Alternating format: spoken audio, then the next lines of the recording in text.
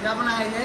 ये 4 cylinder engine model, ये heavy duty 12 volt की क्या कहते हैं डीसी हमारी घेर बच्चे वाली। ये इसकी कनेक्टिंग ड्रेन शाफ्ट है, ये क्लेम है, 50 सिलेंडर है। उसको इस तरीके से बनाया गया है इसकी ड्रेन शाफ्ट को कि ये 2 पहले नीचे जाएंगे, फिर 2 ऊपर आएंगे।